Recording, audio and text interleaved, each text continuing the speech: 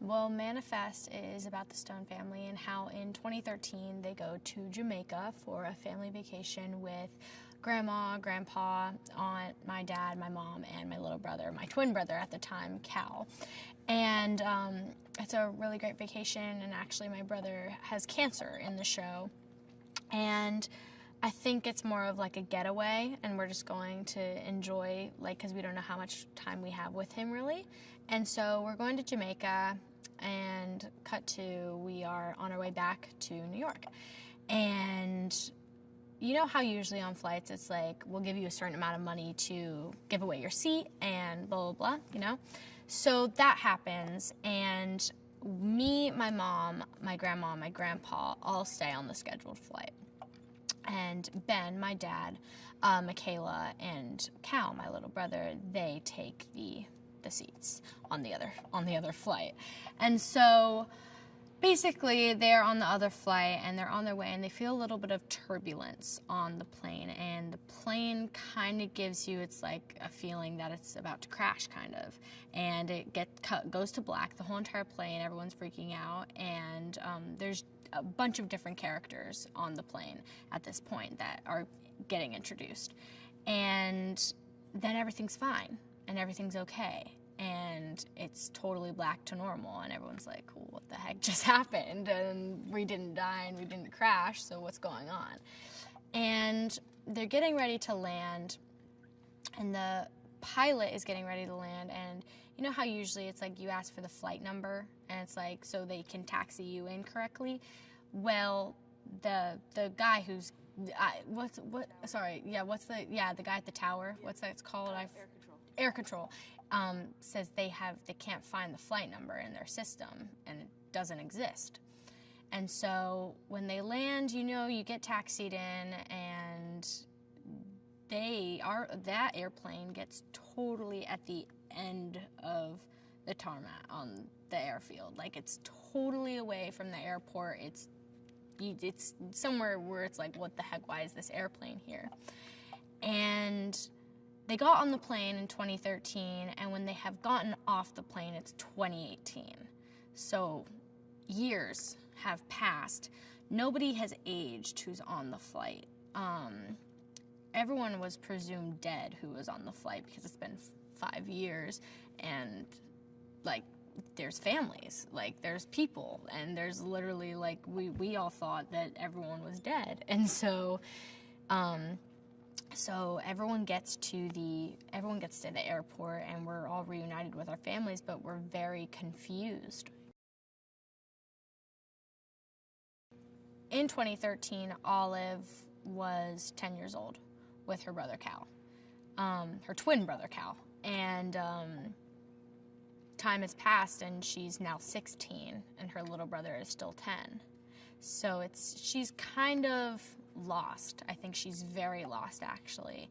And I mean, for the rest of my family, it's like we've been without a huge part of our family for a really, really long time. And I think a really important detail to Olive is that she's missed her dad, and she doesn't even know her dad, because at 10 years old, it's like, it's your dad, and like, you love your dad. But when you get to that, because I'm 16 actually in real life, and when you have that little crossover into becoming a teenager, it's a huge majority of your life, and it's definitely, you experience new things, and having your mom there, that's one thing, but having your father figure just gone and missing, and out of the blue, he was gone for 5 years. It's really deep, and it's really something that I think Olive struggles with a lot. And so when he appears back into her life, it's almost like she feels lost and she doesn't feel connected with him. And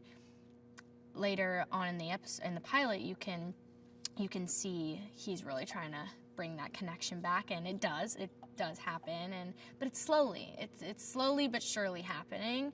But Olive definitely feels lost, and she's definitely feels disconnected from a lot of people in her family. And when everyone's just trying to make everything better very quickly, I think that's what's happening. But me, I'm just like, I'm not gonna take that. Like, I'm not gonna forget what just happened. Like, I saw you 5 years ago. I haven't seen you since, and now you're sleeping at the house again. It's like, it's weird. It's very weird. So I think that's what Olive's feeling, but mainly the big thing is that she's lost and disconnected, just trying to find out things. You know, on TV, on some TV shows where it's just like you can kind of predict what's going to happen in the end, and you can, like, at the end of the episode, you're just like, that's going to happen. And it usually does. But for this, you hadn't, like, while I was reading it, you had no idea what was going to happen. Like, anything could happen. And so while I was reading the script before my audition, I was so, like, into it, and me and my mom were reading, and we're like, oh my gosh, every 5 seconds, and it was like, it's so good. It is such an incredible script, and the writing is freaking amazing, and, like, I'm so lucky to be a part of it. It's so exciting. Having a brother as a sibling, I know because I have a brother, it can be difficult, and it can definitely, especially, I can't say because I don't know from experience, but I don't even know how I would be able, if my brother was a twin, like, of me, like, I don't know how I'd be able to handle that, but it's like, it's a little bit different when you have a brother and you don't have, like, you have your mom, of course, but it's like having someone who is like an aunt or an older sister. I feel like it's like a different connection, and it's something where you can talk about girly stuff, and you can talk about stuff that maybe you can't tell your mom, so it's like stuff like that. But when I was 10, I didn't really get to hang out with her, and I didn't really know her too well, and it was like a little thing between Michaela and, like, our families, and our family, so it was kind of like distance, and I didn't really feel connected with her. But now that she's back, and hopefully that I've matured, I think that I'm able to really get to know her, and I think Olive is a really forgiving person, and so whatever Michaela did, it was almost like I was able to just be like, let's forget about it. I want to have a friendship with you as my aunt, and I'm going to look at the brighter side of things.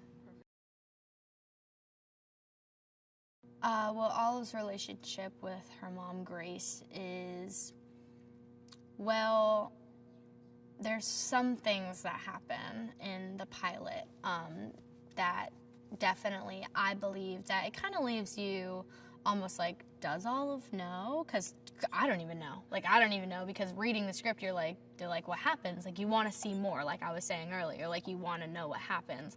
So you don't even know if Olive knows, but there's definitely something that's going on. But I think over the past 5 years, it's been hard. Like, this doesn't happen to every family, what happened. So it's like, it's almost like you don't really know. Like, you don't know how to connect with a family member because you've lost family members in such a tragic way that you can't explain.